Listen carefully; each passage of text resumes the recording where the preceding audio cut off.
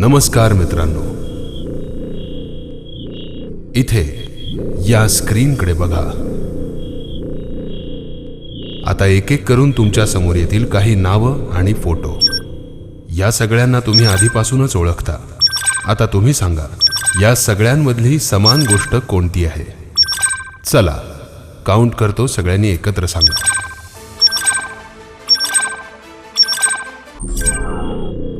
अजून क्लॅरिटी नाहीये, पण ठीक आहे. कन्फ्युजन होणं साहजिक आहे आणि याच कन्फ्युजनला दूर करण्यासाठी please welcome doctor Subhash Chandra. नमस्कार. कसे आहात तुम्ही सगळे? आत्ता मनामध्ये काय पॅशन आहे?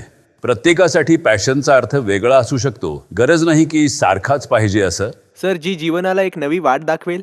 नवी वाट दाखवेल ती पॅशन आहे. ओके. पॅशन तेच आहे जे काम करण्यात मजा येईल. जे काम करण्यात मजा येईल. Very good. What you enjoy doing. Sir, जी आपल्याला आयुष्यात पुढे घेऊन जाईल. कारण पॅशन ही अशी एक गोष्ट आहे जी आपल्याला नेहमी पुढेच घेऊन जात असते. कसलीही अडचण आली, आपोआप कशी प्रोत्साहित करेल. पॅशन मध्ये अशी गोष्ट आहे जी आपल्याला कोणतंही करिअर असो, कोणतेही प्रोफेशन असो, कोणत्याही प्रॉब्लेम मधून आपल्याला ते बाहेर काढूच शकतं. ती जी जिद्द आहे आपल्यामध्ये, त्यालाच आपण पॅशन म्हणू. अच्छा, तुमची जिद्द पॅशन आहे. ठीक आहे. सो पॅशन ते आहे जे आपल्याला सगळ्या स्ट्रेस पासून दूर ठेवतं. जर आपण कोणत्या त्रासात आहोत तर ते पॅशनच आहे जे आपल्याला त्या स्ट्रेस मधून, त्या त्रासातून बाहेर काढू शकतं. थोड्या वेळासाठी. सर, थोड्या वेळासाठीच करू शकतो. बाकी तर हार्डवर्क तर सगळ्यासाठी करावंच लागेल, स्ट्रेस घ्यावाच लागेल. म्हणूनच मी पुन्हा पुन्हा म्हणतो की जेव्हा कधी मी सुद्धा सेशन्स घेतो, मलाही खूप काही शिकायला मिळतं. सर, आय गेस जे माणसाला हार नाही मानू देत, शेवटपर्यंत प्रयत्न करायची ती ताकद, ती जिद्द आहे मला वाटतं. असं काम जे आपण आयुष्यभर करू शकू, न थकता न थांबता. ओके. सर, बेसिकली पॅशन अशी गोष्ट आहे जी आपल्याला इतरांपासून वेगळी करते. काम तर सगळेच करतात, पण काम कशा प्रकारे करतात. जर तुमचं एखाद्या गोष्टीत पॅशन आहे तर तुम्ही नवीन पद्धती शोधता त्यासाठी. That's what passion is. Good. तर बघितलं किती अर्थ आहेत पॅशनचे. खरं म्हणजे डिक्शनरीमध्ये तर एकच अर्थ आहे ना. जर डिक्शनरीमधला अर्थ विचारला पॅशनचा, तर तो काय? सर, जिद्द किंवा जोश कोणतंही काम करण्याची. Okay, good. तर मला असं वाटतं की टीचर्सना पण सांगेन आणि तुम्हालाही की मला वाटत नाही की ह्यांना माझी काही गरज आहे. या सेशनची पण गरज आहे. तुमची ही मुलं खूपच हुशार आहेत. मीच यांच्याकडनं काहीतरी शिकतो खरं तर आवड हा खरा डिक्शनरीतला अर्थ आहे पॅशनचा. पण जुनून पण कोणीतरी सांगितलं, जो खरं तर फारसी शब्द आहे, पण ठीक आहे. पॅशनला आपण आणखी एका रूपातही बघू शकतो. हे तुमचं टॅलेंटही असू शकतं.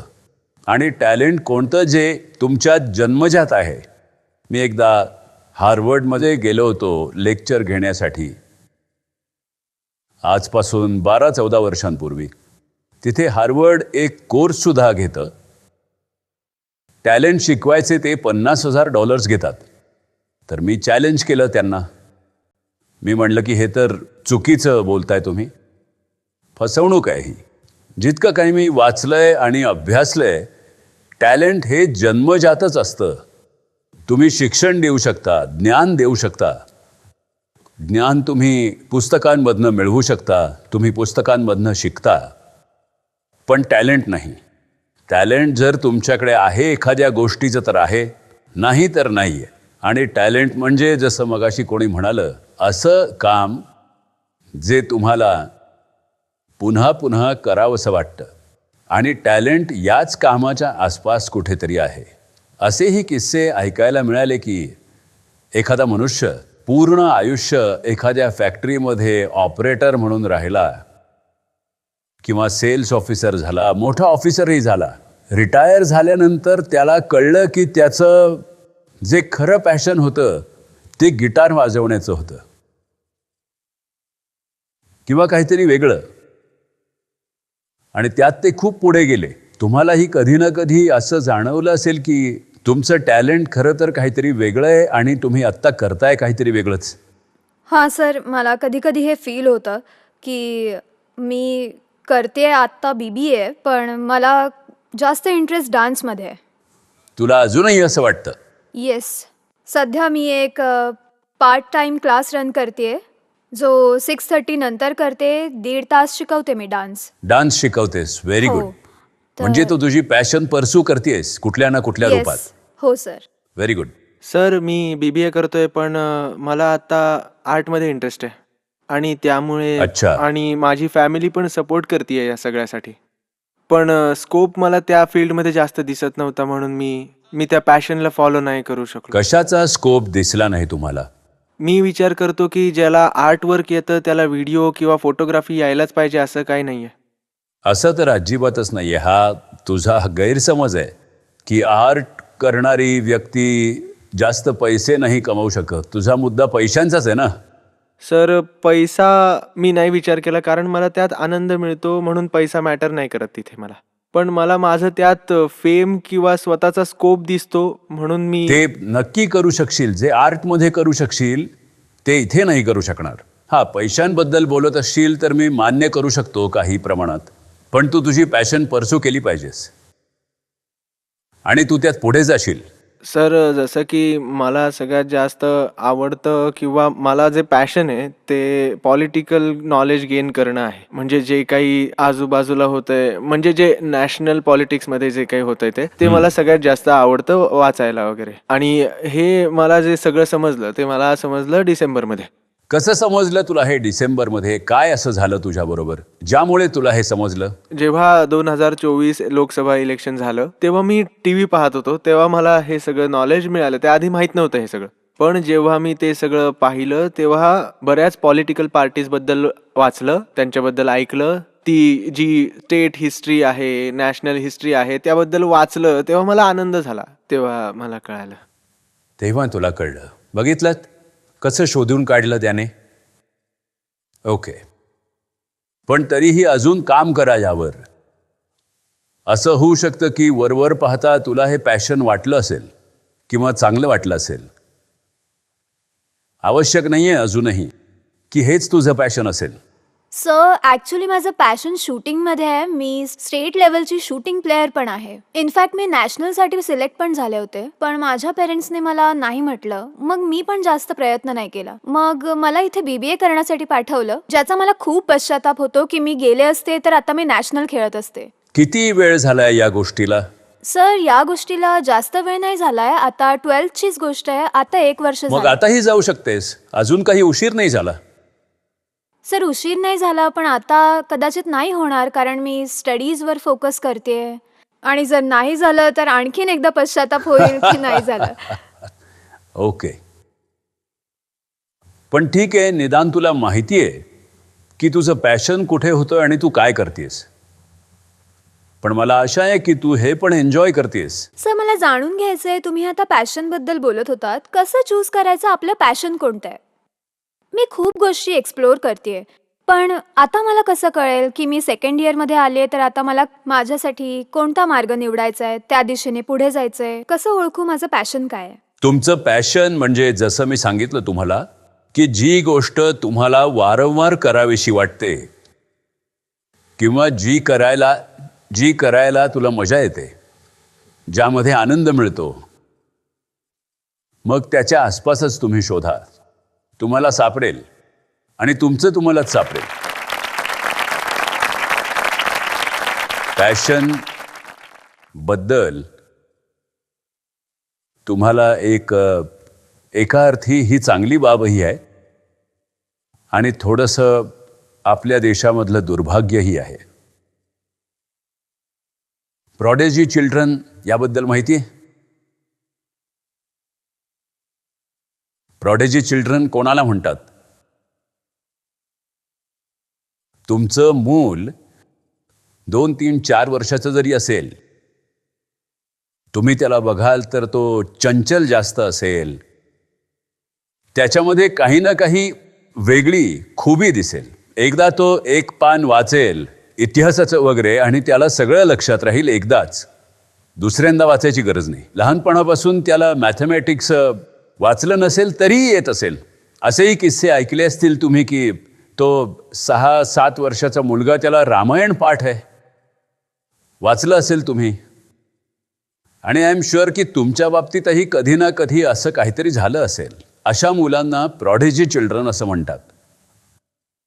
आणि आपल्या देशात डेटा आहे, प्रत्येक 1000 मुलांमध्ये जवळजवळ 3 मुलं प्रॉडिजी चिल्ड्रन असतात. पण ह्यात दुर्भाग्य काय आहे, ना त्यांचे आईवडील हे ओळखू शकतात की हे प्रॉडिजी चिल्ड्रन आहेत, ना त्यांचे शिक्षक ओळखू शकतात. उलट ते त्या मुलाला तुझ्यामध्ये काहीतरी कमी आहे, तू दंगेखोर आहेस, मस्तीखोर आहेस, अशा प्रकारच्या संज्ञा वापरून त्याला एकदमच नाकारून टाकतात. 10 वर्षांचं मूल, त्याला तो हायस्कूलमध्ये गेला, 9वीमध्ये ॲडमिशन घ्यायला, 10 वर्षांचं 9वीमध्ये ॲडमिशन घेत आहे. शाळेने ॲडमिशन द्यायला नकार दिला की तुझं तर वयच नाही तेवढं, कशी देणार. रूलमध्ये तर असं लिहिलं आहे की मूल कमीत कमी 13 वर्षांचं असलं पाहिजे. तो हायकोर्टमध्ये गेला, बॉम्बे हायकोर्टमधून त्यांनी ऑर्डर मिळवली की मी जर अभ्यासात हुशार आहे, सगळं काही आहे, 8व्या इयत्तेपर्यंत त्याला 99+ मिळायचे. मुलं आहेत प्रॉडिजी चिल्ड्रन. सिंगापूरसारखा छोटासा टायनी देश, त्याच्यामध्ये 3 प्रॉडिजी चिल्ड्रनसाठी वेगळ्या स्कूल आणि इन्स्टिट्यूशन्स आहेत. आपल्या इथे एकही नाही. आणि त्याच्यामध्ये काय आहे, ती मुलं पॅशन जन्मजात घेऊनच जन्माला येतात, तेच पॅशन आहे. आणि त्यांना पॅशनवर काम करायला मिळालं तर ते इतिहास घडवतील या जगात. आणि आहेत अशी लोकं आहेत ज्यांनी हा इतिहास घडवला आहे. जसं तुम्ही पाहिलं या सगळ्या सक्सेसफुल लोकांना सुरुवातीला, अशी आपल्या इथेही आहेत शेकडो हजारो लोक आहेत ज्यांना त्यांच्या पॅशनवर काम करायला मिळालं, त्यांनी इतिहास घडवला. जुनी जी आपली शिक्षण पद्धती होती, एज्युकेशन पॉलिसी म्हणा किंवा अजून काही म्हणा, पॉलिसी तर नाही म्हणणार मी, गुरुकुल पद्धत जी होती त्याच्यामध्ये अजून काही नव्हतं. एवढंच होतं की गुरु म्हणजे शिक्षक, तर मुलं त्या गुरूंबरोबर राहायची तिकडे. पहिले 1.5-2 वर्ष काही शिकवायचे नाहीत त्यांना. ते हेच ओळखायचे की कोणत्या मुलामध्ये कोणती कला आहे, कोणामध्ये कसलं पॅशन आहे. त्याच गोष्टीचं शिक्षण मग त्याला देत असत. सर, माझं नाव भव्य अग्रवाल आणि मला जाणून घ्यायचं आहे की फर्स्ट ऑफ ऑल तुम्ही पहिली सॅटेलाईट बेस्ड इंडस्ट्री आणली भारतामध्ये. हे तुमचं पॅशन होतं जे तुम्ही फॉलो केलं, की असं काही घडलं ज्याने तुम्हाला हे करावं लागलं? नाही, हे करणं माझं पॅशन नव्हतं, पण काहीतरी नवीन करणं हे माझं पॅशन होतं. सॅटेलाईट टेलिव्हिजनच्या आधीही मी 5-6 गोष्टी अशा केल्या ज्या देशात पहिल्यांदा झाल्या. कारण की ही जी इंडस्ट्री आहे ती सगळ्यांपर्यंत पोहोचते, त्यामुळे तुम्हाला याबद्दल जास्त माहिती आहे. तर सतत काहीतरी नवीन करणं आणि कोणत्याही गोष्टीला कधीही न घाबरणं, अज्ञात गोष्टींना न घाबरणं, हे माझं पॅशन होतं. Good afternoon sir, my name is Farag Farooq आणि मला एक गोष्ट शेअर करायची आहे. आत्ता इथे विषय चालू होता पॅशनबद्दल, की आपलं पॅशन आपण कसं शोधायचं. तर मला शेअर करायचं आहे की सर, मी पण आधी नीटची तयारी करत होतो, मेडिकलची, जी मी 3 वर्ष केली. आणि मला पहिल्यापासूनच बिझनेस करायचा होता. तर मी 10वीत जेव्हा स्टार्ट केलं तेव्हा माझा माइंडसेट होता बिझनेस करायचा. पण 11मध्ये ऑब्व्हियसली घरच्यांनीच मला बायो करायला सांगितलं की तू नीटची तयारी कर, मेडिकल कर आणि डॉक्टर हो. तर मग मी 11वी 12वी आणि मग एक ड्रॉप इयर पण घेतलं मी. आणि ड्रॉप इयरमध्ये मला एक गोष्ट जाणवली, तेव्हा मला कळालं की माझं पॅशन काय आहे. ड्रॉप इयरमध्ये मी सगळ्यांपासून वेगळा राहायला लागलो होतो.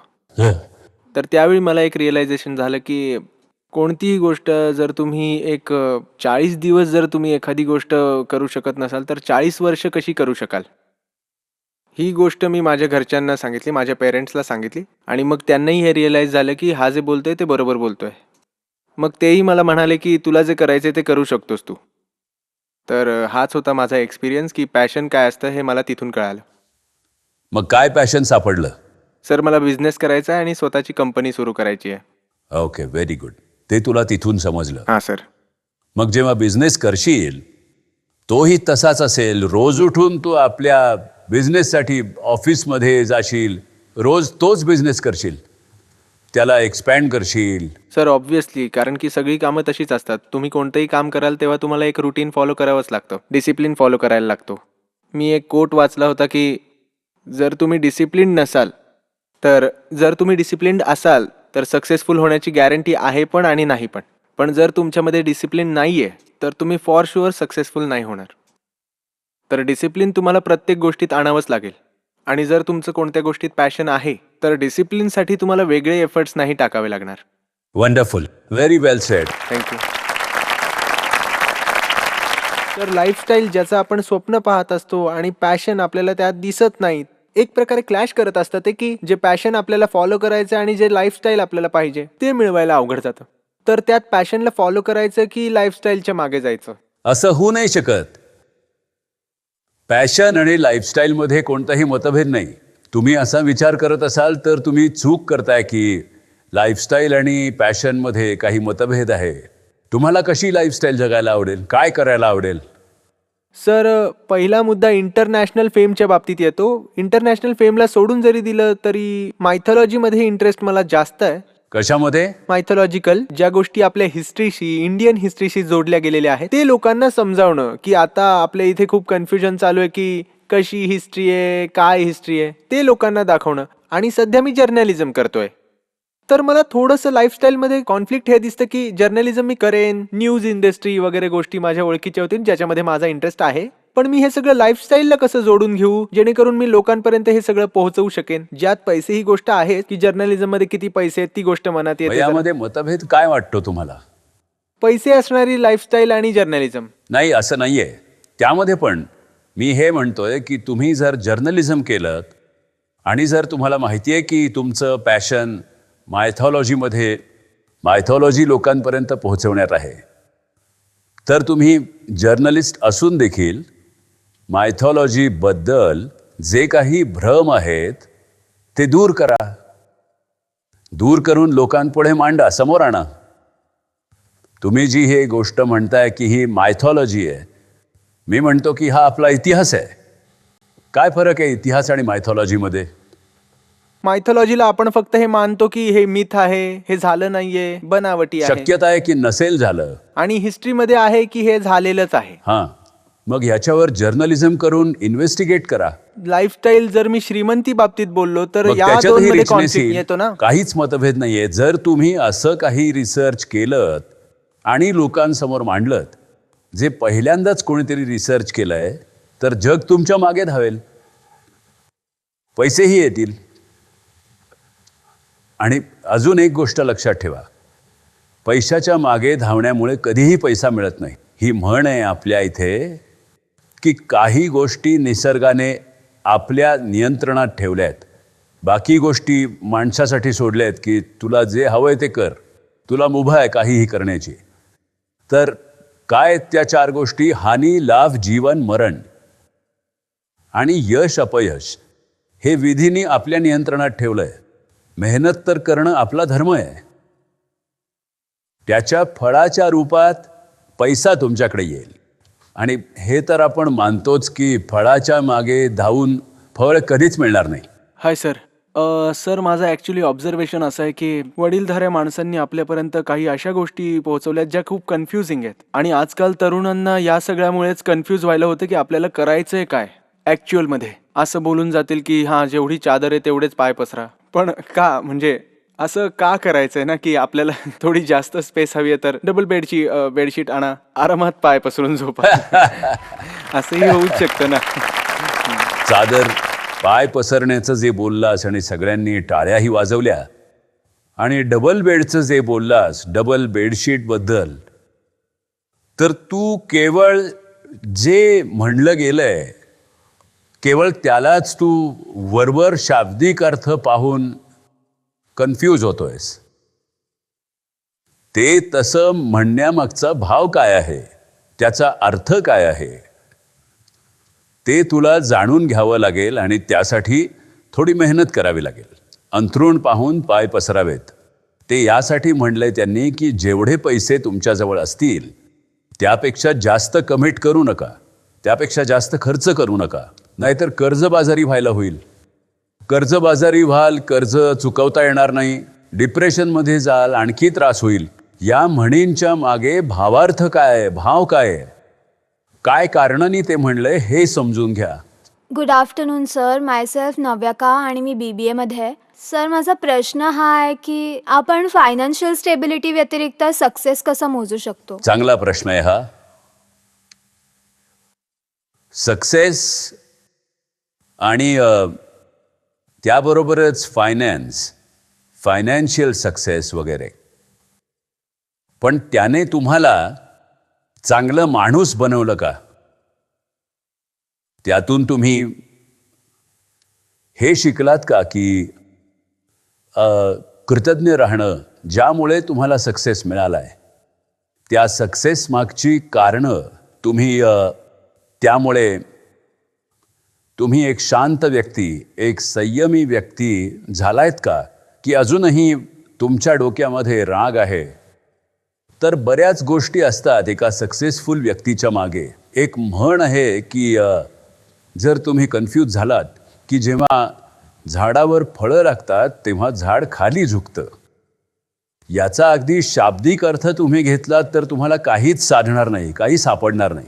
जेव्हा तुम्हाला सक्सेस मिळतो तेव्हा तुम्ही अजून ग्राउंडेड होता, तुमचे पाय जमिनीवर राहतात, तुम्हाला अहंकार होत नाही. आणि ज्या व्यक्तीला सक्सेस मिळाला, पैसा मिळाला, अहंकार झाला, अहंकारी झाला तर चुका होतील आणि मग चुकांमुळे पैसाही जाईल आलेल्या अहंकारापायी. रावण जेव्हा रामाशी हरला तेव्हा रामाने लक्ष्मणाला असं सांगितलं की तू रावणाकडे जा आणि काही गोष्टी शिक त्याच्याकडून, कारण खूप ज्ञानी माणूस आहे. तेव्हा लक्ष्मणाने विचारलं रावणाला की तुम्ही का हरलात? तो म्हणाला मी यामुळे हरलो कारण मला माझ्या शक्तीचा अहंकार झाला आणि तुझा भाऊ रामाला माझ्या या अहंकाराबद्दल माहीत होतं, त्यामुळे हरलो. सर पण तुम्हाला जर एखादा चान्स मिळाला की तुम्ही भूतकाळात जाऊन काही बदलू शकाल, तर तुम्ही एखादा डिसिजन बदलाल का? किंवा पश्चाताप आहे का कोणत्या डिसिजनचा? तुम्ही नाही बदलू शकत भूतकाळातले सर डिसिजन. बट तुम्हाला चान्स मिळाला तर? नाही, पण जी गोष्ट नाहीच आहे, जे संभवच नाही आहे, त्याबद्दल आपण जेव्हा विचार करू लागतो तेव्हा मग पुन्हा आपल्याला दुःख होतं, तेव्हा आपल्याला दुःख होतं. जर मी हे तेव्हा केलं नसतं तर. मी आधीही सांगितलंय, आता पुन्हा एकदा सांगतो, प्रत्येक सेशनमध्ये मी हे सांगतो की मागच्या गोष्टी आठवत राहाल तर दुःखच येईल वाट्याला आणि भविष्यातल्या गोष्टींचा विचार कराल तर अँक्झायटी येईल. मागे केलेल्या चुकांमधून शिका, पुढे त्या करू नका. हेच आपण करू शकतो, हेच आहे सगळ्यात महत्त्वाचं आपल्यासाठी. हॅलो सर, माझं नाव आर्या आहे, मी जर्नलिझम स्टुडंट आहे. सर आता बरेच लोक बोलत होते पॅशन कसं शोधायचं, फाइंड आउट कसं करायचं. पण मला असं वाटतं की पॅशन जर तुमचं आहे तर ते स्वतःच तुम्हाला अट्रॅक्ट करतं. अगदी अगदी बरोबर. खरं आहे का सर? ही एक छान गोष्ट सांगितलीस तू. वा, बढिया, योग्य विचार आहेत तुझे. सर नमस्कार, माझं नाव अंतरिक्ष खुराना आहे. सर मला तुम्हाला विचारायचं आहे की तुमच्या सक्सेसचा मंत्र काय आहे? म्हणजे सर तुमचं एवढं ग्रो करू शकलात तुम्ही लाईफमध्ये. अंतरिक्षाबद्दल बोलणं नाही, सर मला म्हणायचंय की तुम्ही पण तुमच्या भूतकाळात खूप चुका केल्यात, त्याला मागे टाकून तुम्ही मूव्ह ऑन कसं करू शकलात? कारण की ही मोठी इंडस्ट्री हँडल करता तुम्ही. हां, मी तेच सांगितलं तुम्हाला की वर्तमानात राहण्याचा प्रयत्न करा, त्यामुळे तुम्हाला कोणतीही अडचण येणार नाही. तुम्ही सक्सेसफुल व्हाल, पुढे जात राहाल. फेल्युअर्स जरी आली तरी तुम्हाला त्यापासून कोणतीही भीती वाटणार नाही, त्यांना तुम्ही सामोरे जाल. त्या फेल्युअर्सना पाहून तुम्ही हताश होऊन बसून नक्की नाही राहणार. पण यामध्ये कोणतंही कन्फ्युजन ठेवू नका. माझ्या मनात याबद्दल कोणतंही कन्फ्युजन नाही आहे. तुमचं सत्य ओळखा, त्याचा स्वीकार करा आणि त्यानुसार तुमचं जीवन व्यतीत करा. हॅलो सर, माझं नाव नंदिनी. सर, तुम्ही एका छोट्या गावातून आलात आणि आता तुम्ही या देशाचे एक मोठे एंटरप्रेन्योर आहात. You are truly inspiring sir. Thank you. आणि तुम्हाला रिस्क टेकर म्हणून पण ओळखलं जातं. तर मला हे जाणून घ्यायचं आहे की तुम्ही आत्तापर्यंत घेतलेली सगळ्यात मोठी रिस्क कोणती होती आणि आत्ताच्या पिढीला तुम्ही काय संदेश द्याल ज्यांना इनोव्हेशन करायचं आहे पण फेल्युअरची भीती वाटते. असं मानू की मी 10 रिस्क घेतल्या असतील. जेव्हा जी रिस्क घेतली, पहिली रिस्क कदाचित लहान होतो तेव्हा, पण त्यावेळी माझ्या दृष्टीने ती खूप मोठी रिस्क होती. त्यामुळे मी जेव्हा कधी रिस्क घेतली, रिस्कची जर परिभाषा बघितली, जर त्याची व्याख्या केली की रिस्क म्हणजे काय, रिस्क ही कायम तुमच्या योग्यतेपेक्षा आणि क्षमतेपेक्षा मोठी असली पाहिजे, तरच त्याला रिस्क म्हणू शकतो. जर माझ्याकडे 100 करोड रुपये असतील आणि मी 95 करोड रुपयांची रिस्क घेतोय, तर ती रिस्क नाही आहे. कुठे आहे रिस्क? तर जेव्हा जी रिस्क मी घेतली ती त्यावेळची माझ्यासाठीची सर्वात मोठी रिस्क होती. आणखी एक क्वेश्चन मला विचारायचा होता की आजच्या पिढीला तुम्ही काय संदेश द्याल ज्यांना इनोव्हेशन करायचं आहे पण अपयशाला घाबरतायत. तर अपयशाला घाबरणं, मी पुन्हा म्हणेन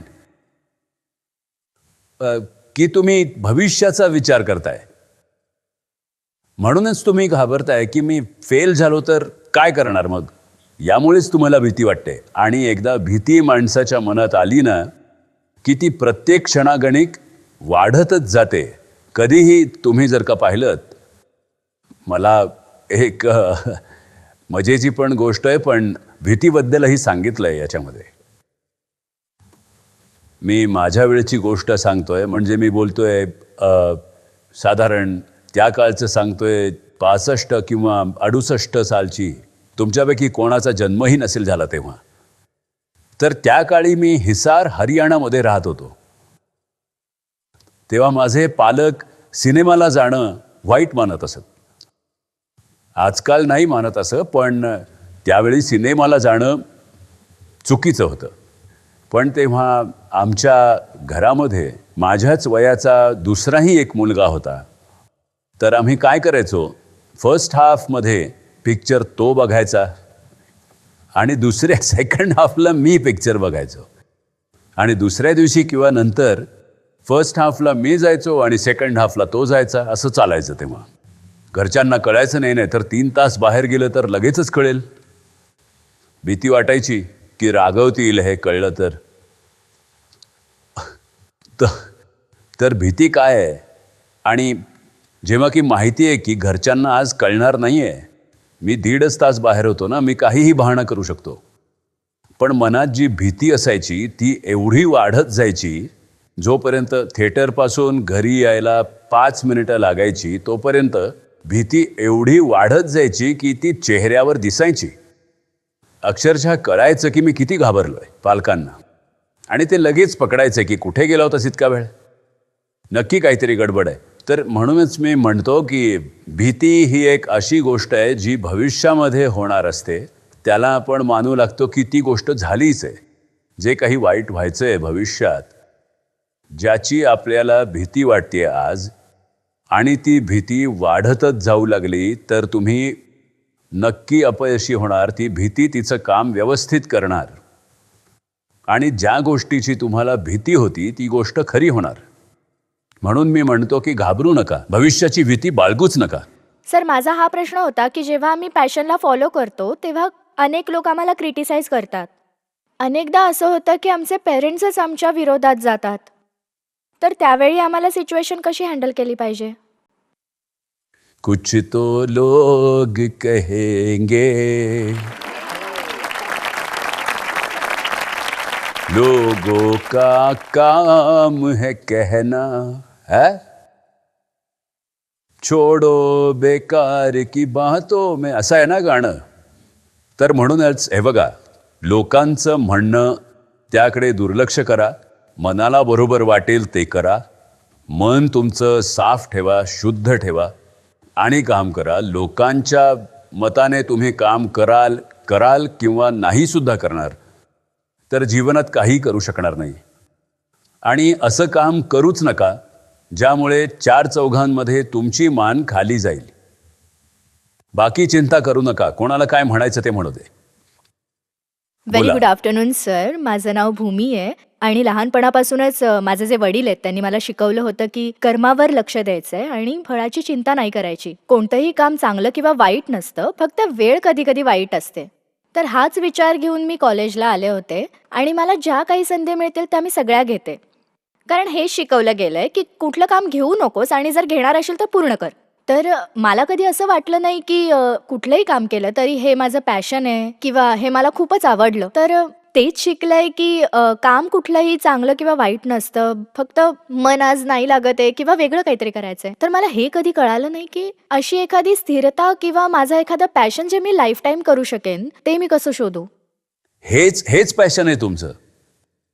प्रत्येक गोष्टीत चांगलेपणा शोधणं, प्रत्येक गोष्ट आनंदाने करणं, कोणत्याही गोष्टीला वाईट न मानणं, हेच तुझं पॅशन आहे. तू शोध जरा. करिअरमध्ये मग कसं म्हणजे करिअरमध्ये पुढे जाशील तू. काय अडचण काय आहे तुला करिअरमध्ये? की कोणत्या फील्डमध्ये जाऊ, म्हणजे जसं की मी आता BBA करतेय, मग आता फायनान्समध्ये. तुमच्या वाटेमध्ये, तुमच्यासारख्या एखाद्या स्टुडंटच्या वाटेमध्ये जेव्हा तुम्ही पास व्हाल तेव्हा तुम्हाला 10 संधी उपलब्ध असतील, फक्त एक नाही.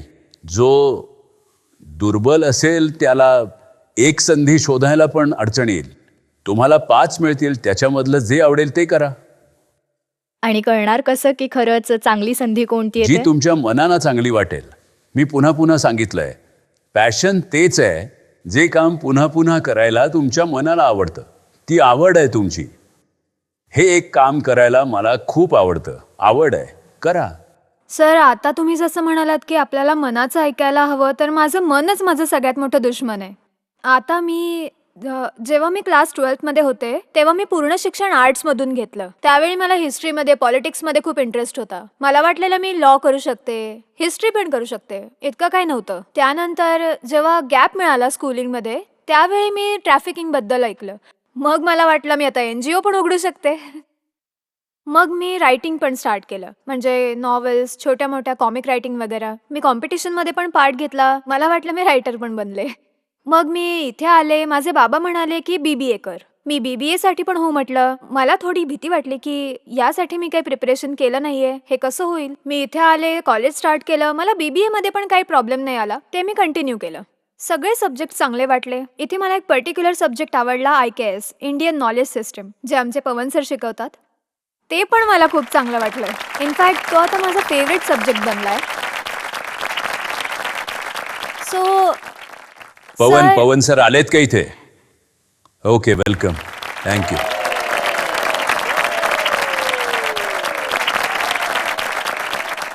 मग सर, मला आता हे तुमच्याकडून ओपिनियन हवं आहे की हे मी रिस्क घेते की मी काहीतरी वेगळंच करते माझ्या लाईफमध्ये.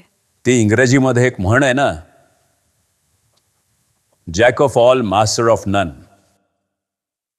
ते फक्त होऊ देऊ नकोस.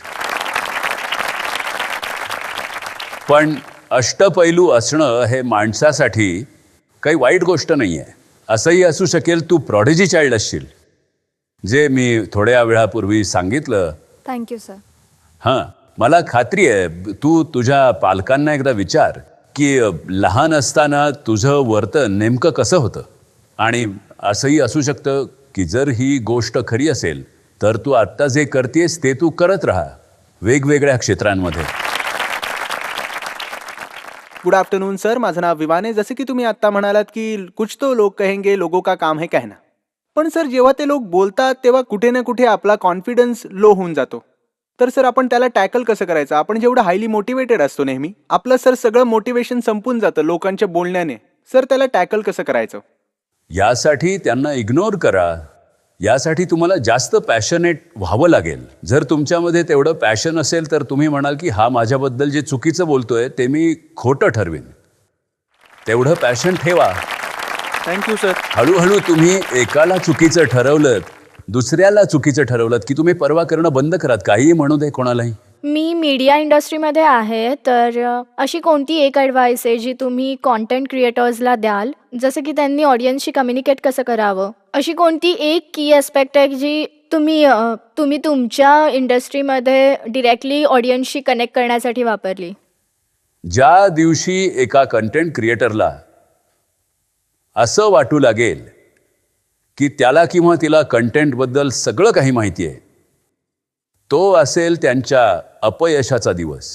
बरेचसे कंटेंट क्रिएटर्स असं मानतात की त्यांना व्ह्युअर्सबद्दल सगळं काही माहिती आहे आणि इथेच ते चुकतात. जसं प्रत्येक सक्सेसफुल पुरुषाच्या मागे लोक म्हणतात की एक स्त्री असते, तर तुमच्याही मागे आहे एखादी?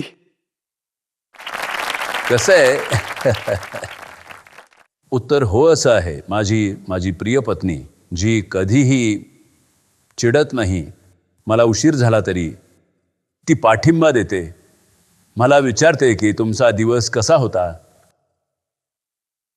तिने मला सोन्यासारखी 3 अपत्यही दिली, तर ही मोठी मदत आहे. हा तिचा सपोर्ट आहे. जर तिच्याऐवजी एखादी कटकटी बायको मिळाली असती मला, तर अवघड झालं असतं आणि जे मी आत्ता केलंय ते नसतो करू शकलो. शेवटचा प्रश्न. सर, माझा एक प्रश्न आहे. जसं आपल्या सगळ्यांकडे 24 तासच असतात एका दिवसामध्ये, आणि सर असं होतं की म्हणजे काम, एमर्जन्सी आणि रिक्वायरमेंट्स, म्हणजे जे काम आपल्याला सगळ्यात पहिले करायचं आहे ते, त्या हिशोबाने आपण काम करायला सुरुवात करतो दिवसात. आणि सर शेवटाकडे येता येता कदाचित एनर्जी नसेल राहत, आणि जे मला खरंच करायचं आहे तेच मी करू शकत नसेल, तर मग अशा वेळी काय करायला पाहिजे? रेस्ट द्यायला पाहिजे स्वतःला, की थोडं अजून पुश करत राहायला पाहिजे, की पुढे करून दाखवेन वगैरे? ज्या व्यक्तीला ते काम करण्याचं पॅशन असेल, पॅशनमुळे तो काम करत राहील, कधीही थकणार नाही. सर संध्याकाळीही तेवढाच फ्रेश असेल तो जेवढा सकाळी होता. सर, मला तुम्हाला असं विचारायचं आहे की जसं की तुम्ही झीला एक नवीन ब्रँड बनवलंय, आजकाल प्रत्येक घरी ओळखला जातो, तर मग जर एखाद्याला स्वतःचा ब्रँड उभारायचा आहे, तर त्याने कोणत्या स्टेपपासून सुरू करायला पाहिजे? सगळ्यात पहिली गोष्ट, झीला मोठा ब्रँड मी नाही बनवलेलं. जे व्ह्युअर्स आहेत ना माझे, त्यांनी बनवलंय. आणि आपल्या एखाद्या गोष्टीचा ब्रँड किंवा कोणत्याही गोष्टीचा ब्रँड असो, मग ते तुमचं नाव असेल, तुम्ही स्वतःच्या नावाला मोठा ब्रँड बनवू इच्छित असाल, तर तुम्हाला ती चांगली कामं करावी लागतील जी लोकांना, कस्टमर्सना, दुसऱ्यांना आवडतील. असं केलं तर तुमचाही ब्रँड मोठा होईल. मग सर स्टार्ट करण्यासाठी काही टिप्स देऊ शकाल? पॅशन जर का असेल तुमच्यामध्ये एखाद्या गोष्टीचं, तर तुम्ही कधीच थकणार नाही ते काम करताना. मग तुम्ही त्यावर कितीही वेळ काम केलं तरीही, कितीही मेहनत केलीत तरीही तुम्हाला त्यात आनंद मिळेल. आणि मग असं काही सांभाळायची गरजच उरणार नाही, ज्याला वर्क लाईफ बॅलन्स असं म्हणतात आजकाल. लोक म्हणतात आजकाल की वर्क लाईफ बॅलन्स पाहिजे, हे पाहिजे, ते पाहिजे. तुम्ही उलट जेव्हा फेल व्हाल किंवा फेल्युअरचा सामना कराल, तेव्हा तुम्हाला बळ मिळेल त्यातून बाहेर येण्यासाठी. आणि एक म्हण आहे ज्याच्यावर माझा विश्वास आहे की माणूस तोपर्यंत कधीच हरत नाही जोपर्यंत तो मानत नाही. फेल्युअर तेव्हाच होतं जेव्हा तुम्ही मानता की तुम्ही फेल झालायत. तर याबरोबरच तुम्हाला धन्यवाद. All the best. थँक्यू.